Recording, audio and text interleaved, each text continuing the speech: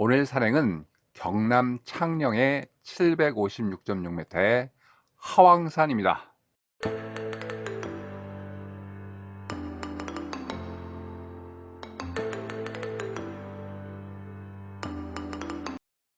산행 코스는 옥천 매표소에서 출발해서 도로를 따라 1시간쯤 올라가면 일야봉 산장이 나옵니다. 여기서부터 본격적인 산행이 시작됩니다. 다시 15분쯤 올라가면 갈림길이 나오는데 저는 먼저 위로 올라가는 것을 선택했습니다. 약 5만 평의 억새 평야를 보면서 하왕산 정상에 도착, 인증을 하고 서문으로 내려와서 대홍수 때 배를 묶어두었다는 배바위에 올라갔습니다. 다시 하산을 하면서 창녕조씨 득성지라는 연못과 그 옆에 비석을 보고 동문을 빠져나와서 허준 촬영지를 보고 옥천 삼거리로 이동, 관용산을 오릅니다. 관용산에서 거의 하산할 때쯤 용선대가 나오는데 여기서 석가열의 자상과 멋진 풍광을 보고 관용사를 거쳐 주차장으로 원점 회귀하는 13.8km 5시간 48분의 산행입니다.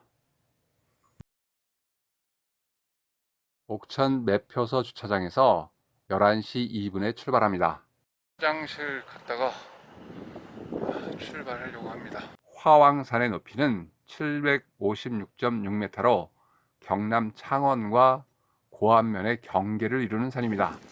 낙동강과 밀양강에 둘러싸여 있는 창녕의 진산입니다. 옥천사지는 신라 시대의 사찰로 추정되며 고려 말 신돈이 태어난 곳으로 알려져 있습니다. 신돈이 죽고 나서 폐사되고 그 터만 전해져 옵니다. 10분 정도 올라가면 계곡길과 관용사로 올라가는 갈림길이 나옵니다. 저는 왼쪽에 제1등산로인 계곡길로 올라가서 오른쪽에 관용사 쪽으로 내려올 생각입니다.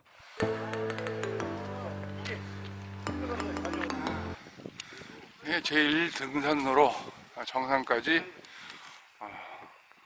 5.3km입니다. 올라가다 화장실도 많이 있네요. 여긴 돌탑이 뭐 이렇게 돌탑을 예쁘게 깨끗하게 타놨어. 이건 뭐 돈 들여서 쌓은 것 같아요. 옛날 이 산은 화산 활동이 활발해서 불매 또는 큰 불매로 불리다 한자어로 불화자에 왕성할 왕자, 즉 불이 왕성하다는 뜻의 화왕산으로 변한 것으로 보인다. 높은 산은 아니지만 낙동강 하류 지역에 솟아있어 실제보다 우뚝하게 보인답니다.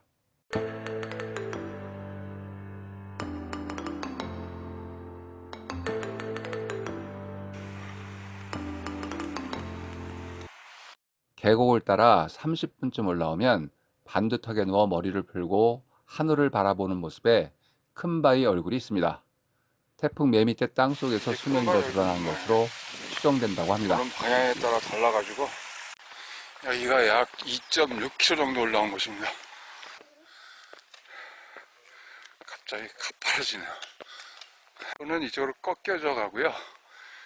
여기 제1등산로는 이제 본격적으로 산으로 들어갑니다. 조금 올라가면 개 사육장으로 보이는 곳이 나오고 그 위쪽에 막걸리 한 잔이라고 쓰여 있는 일야봉 산장이 나옵니다.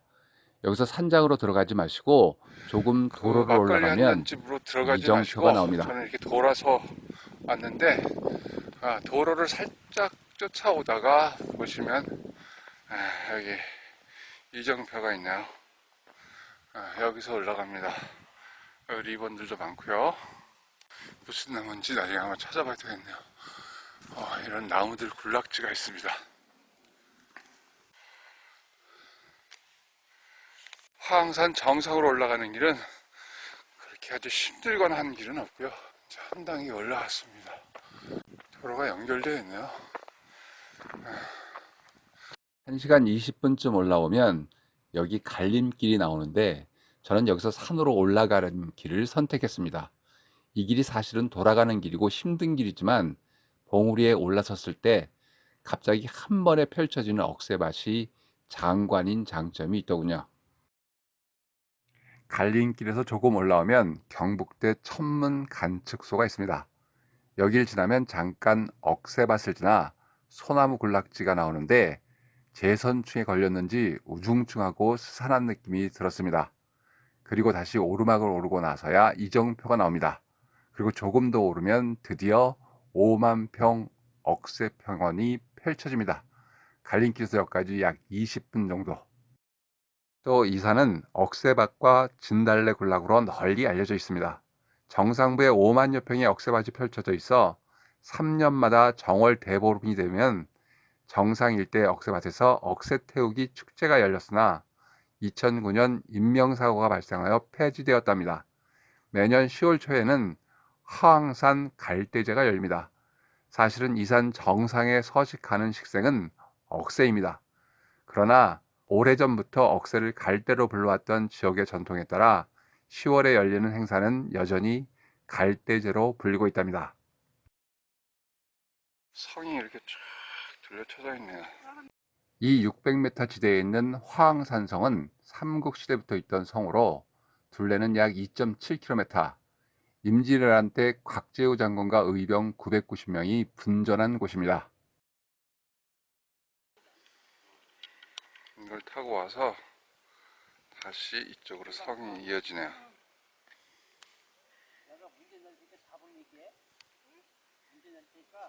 하왕산 정상 아래는 깎아지른 절벽이 보이네요. 정상으로 올라가는 봉우리 중간쯤에서 온 길을 되돌아봅니다.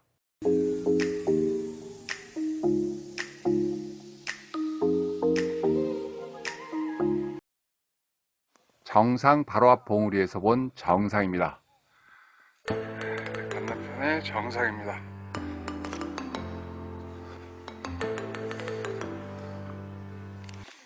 옥천 매표소 주차장에서 하왕산 정상까지 5.5km, 1시간 55분 걸렸습니다. 여기서 인증을 하고 갑니다.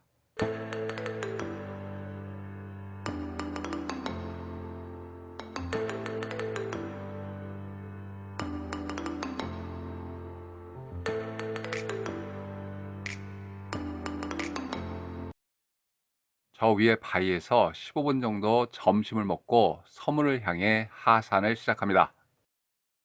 조금 내려가면 미소바위 안내판이 있는데 여기서는 잘 보이지 않고 좀 더 내려가야 뷰 포인터가 있어서 제대로 볼 수 있습니다. 조금 더 내려가면 소원바위가 있습니다. 바위 두 개가 꼭 붙어 있는 것이 연인 같아서 연인이 소원을 빌면 그 사랑이 영원히 이루어진다고 합니다. 아, 진짜 억새밭이 아주 죽여주네요.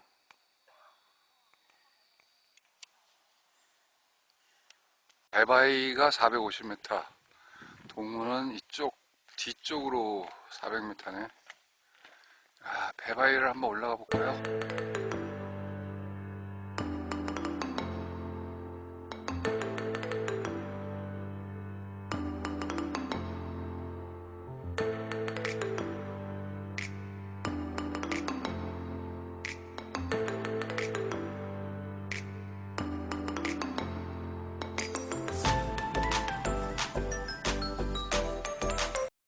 배바위까지 올라왔습니다.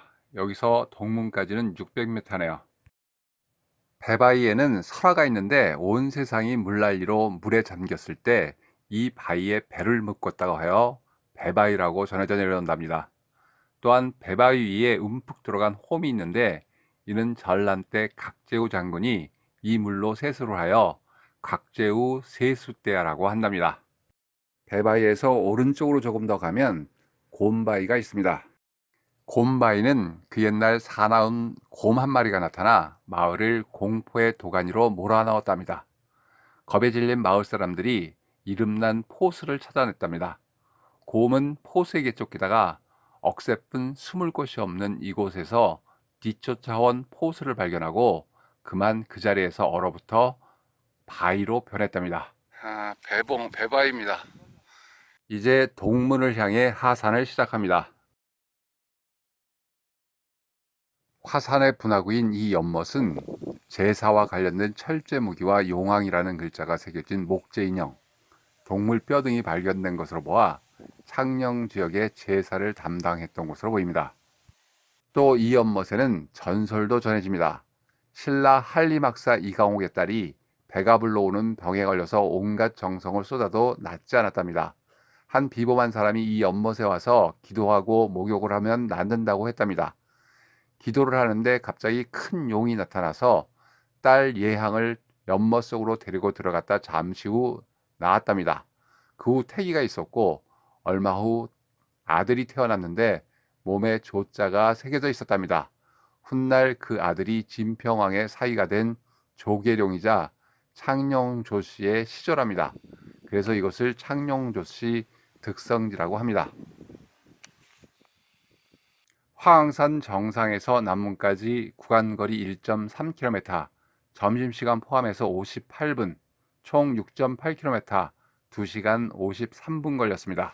배바위에서 400m 내려왔고요. 여기가 남문입니다. 그리고 동문은 이쪽으로 150m 가야 된다는데 그 전에 저기 연못이 하나 있는데 연못 한번 보고 가겠습니다. 보통 설화나 신화는 지배계급이 그들의 지배의 당위성을 확보하기 위해서 만들어지는데 그 조계룡이 신라 진평왕의 사위 정도라 좀 이상하다고 생각했습니다. 그런데 전설의 내용을 잘 듣고 보니 아마 혼전 임신을 한 딸의 부덕을 감추기 위해서 이강옥이 만들어낸 이야기가 아닐까 싶네요. 동문 쪽으로 조금 올라가다 보면 득성리도 있습니다. 조선 고종 때 경남 관찰사로 왔던 후선 조시영이 만들었다고 합니다.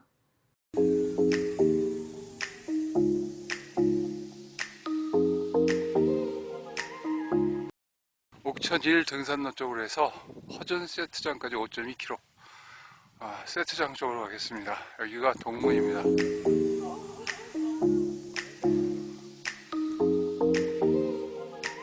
여기는 참 길이 한적하고 좋습니다. 아유, 화장실이구나.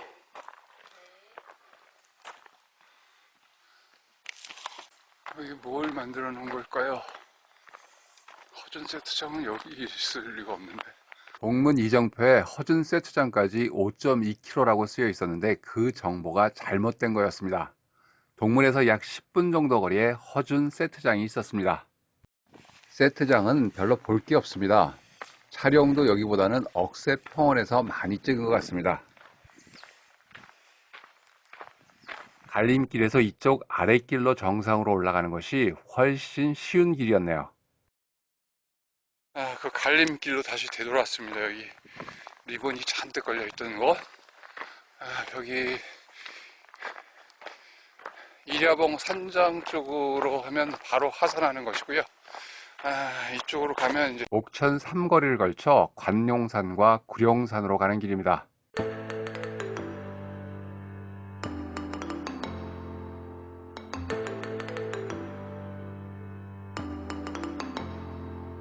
여기가 옥천 3거리입니다. 조금 전 갈림길에서 약 10분 거리에 있습니다. 이제 관룡산으로 올라갑니다. 한 봉우리를 넘고 나니 저 앞에 관룡산이 보이기 시작합니다.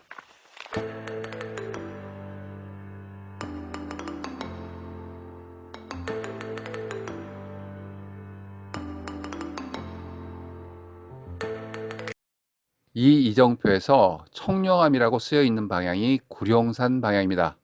저는 눈치채지 못하고 용선대 쪽으로 한참 내려가서야 알게 되어서 구룡산은 포기하고 용선대로 하산했습니다.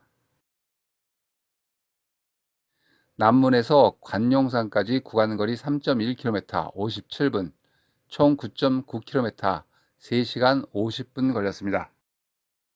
용선대로 하산하는 길은 상당히 가파르고 암릉도 꽤 있는 길입니다. 이 친구 초등학생인데 벌써 92자를 인증했답니다.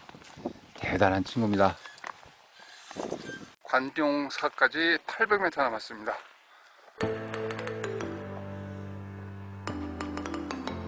관룡산 직전에 있던 이정표에 써있던 청룡암이 바로 저기인 모양입니다. 절벽 아래 자그마한 남자가 자리 잡고 있습니다. 올라가지는 못했지만 저 구룡산을 눈에 담을 수 있어서 너무 좋습니다. 아, 저기 올라갔으면 이 절벽을 보지 못했을 것 같아요. 이야, 너무 멋있네요.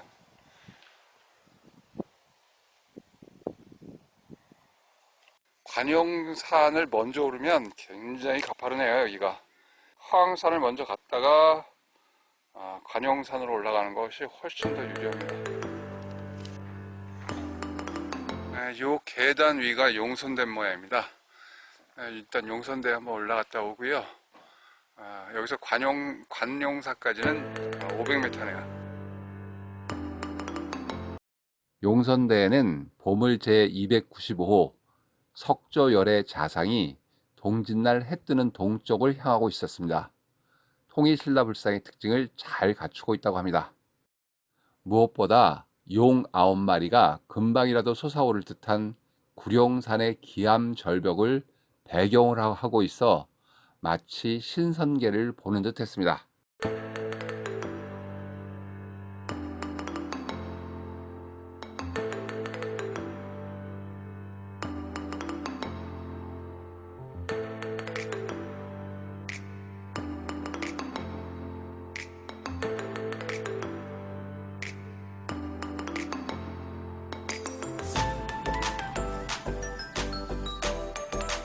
용선대에서 아래쪽 500m 거리에 있는 관용사도 구룡산의 기암절벽을 배경으로 세워진 사찰입니다.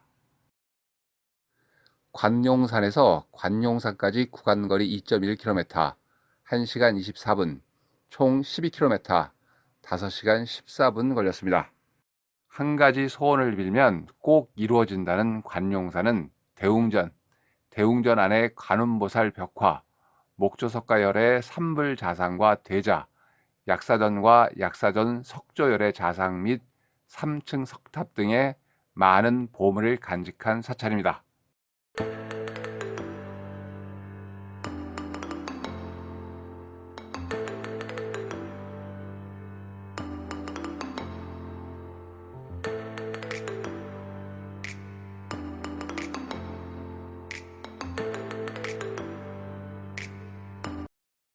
여기가 관용사로 가는 길과 계곡길로 화왕산으로 올라가는 갈림길입니다.